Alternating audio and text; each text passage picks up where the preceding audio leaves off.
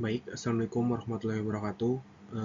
Nama saya Priando Muhammad Subakti akan melakukan presentasi sistem operasi dengan mata kuliah sistem operasi kelas reguler malam dengan dosen Ibu Komaria. Soalnya adalah soal studi kasus deadlock. Terdapat dua proses dalam sistem operasi. Yang pertama, P1 membutuhkan 1 unit sumber daya A dan 2 unit sumber daya B. P2 membutuhkan 1 unit sumber daya A dan 1 unit sumber daya B. Kondisi saat ini, P1 memegang 1 unit sumber daya B dan menunggu sumber daya A. P2 memegang 1 unit sumber daya A dan menunggu sumber daya B. Pertanyaan kasus ada dua, yang terdiri dari satu, apakah kondisi deadlock dapat terjadi? Jelaskan. Nomor 2, sebutkan salah satu strategi untuk mencegah deadlock dalam situasi ini. Apa itu deadlock? Deadlock adalah kondisi di mana dua atau lebih proses saling menunggu sumber daya yang sedang dipegang oleh proses lain, sehingga tidak ada proses yang dapat melanjutkan. 4 syarat terjadinya deadlock. Ada 1, 2, 3, dan 4. Yang nomor 1 adalah mutual exclusion, eksklusi saling, sumber daya hanya dapat digunakan oleh satu proses. Nomor 2, hold and wait, menahan dan menunggu, proses memegang sumber daya sambil menunggu sumber daya lain.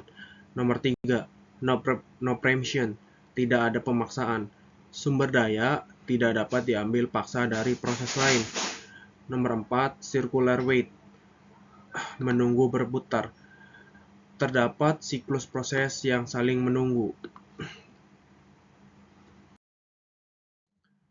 Analisa kasus. Proses, sumber daya yang dibutuhkan, kondisi saat ini penjelasan yang menurut saya lebih ringan dan lebih rinci ya Bu ya. P1, P2, 1 unit A, 2 unit B. Kondisi saat ininya adalah memegang 1 unit B, menunggu A. P2, 1 unit A dan 1 unit B, memegang 1 unit A, menunggu B. Penjelasan saya adalah deadlock terjadi karena keempat syarat terjadi deadlock terpenuhi. Mutual exclusion, yang pertama, sumber daya digunakan secara eksklusif. Nomor 2, hold and wait, P1 dan P2 memegang sumber daya sementara menunggu sumber daya yang lain. Nomor 3, no preemption, tidak ada mekanisme untuk mengambil paksa sumber daya. Yang keempat ialah circular wait. P1 menunggu A yang dimiliki P2 dan P2 menunggu B yang dimiliki P1.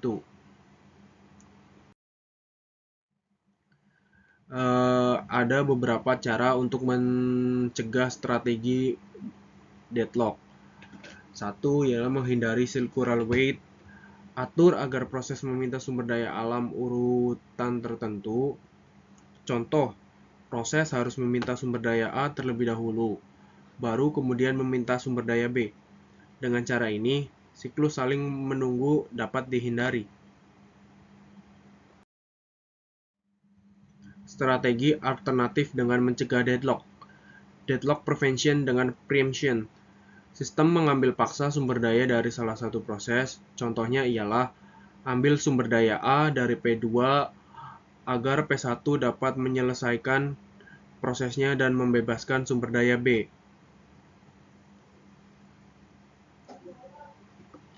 Algoritma bangkir. Sistem memeriksa apakah pemeriksaan sumber daya aman sebelum melakukannya. Yang kedua, jika pemberian sumber daya menyebabkan deadlock, sistem akan menolak permintaan. Tabel simulasi sebelum dan setelah pencegahan.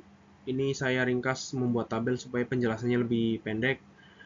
Kondisinya adalah sebelum pencegahan, P1-nya memegang 1 unit sumber daya B, P2 memegang 1 unit sumber daya A, statusnya adalah deadlock terjadi. Kondisi setelah pencegahan, mendapatkan sumber daya A, P2-nya adalah menunggu hingga P1 selesai, status deadlock terhindar.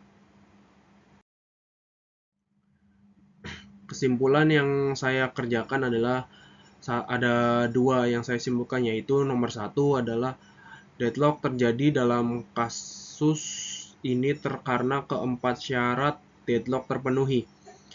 Strategi pencegahan yang dapat dilakukan, saya bagi dua lagi, yaitu menghindari circular wait dengan urutan permintaan sumber daya. Yang kedua, menggunakan algoritma Bankir untuk memastikan alokasi sumber daya aman. Terima kasih.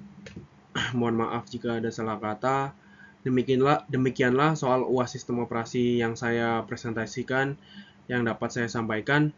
Saya berharap apa yang telah saya paparkan dapat memberikan manfaat dan memperluas wawasan saya sebagai mahasiswa. Saya menyadari bahwa presentasi ini masih jauh dari kata sempurna, untuk itu saya sangat terbuka terhadap saran, kritik, atau pertanyaan. Terima kasih atas perhatian dan kesempatannya untuk Ibu dosen Komaria. Saya pribadi juga ingin menyampaikan permohonan maaf apabila dalam penyampaian presentasi saya terdapat kesalahan kata, data, atau penjelasan yang kurang tepat. Saya sangat menghargai masukan dari Ibu dosen Komaria. Terima kasih atas bimbingan dan arahannya. Wassalamualaikum warahmatullahi wabarakatuh.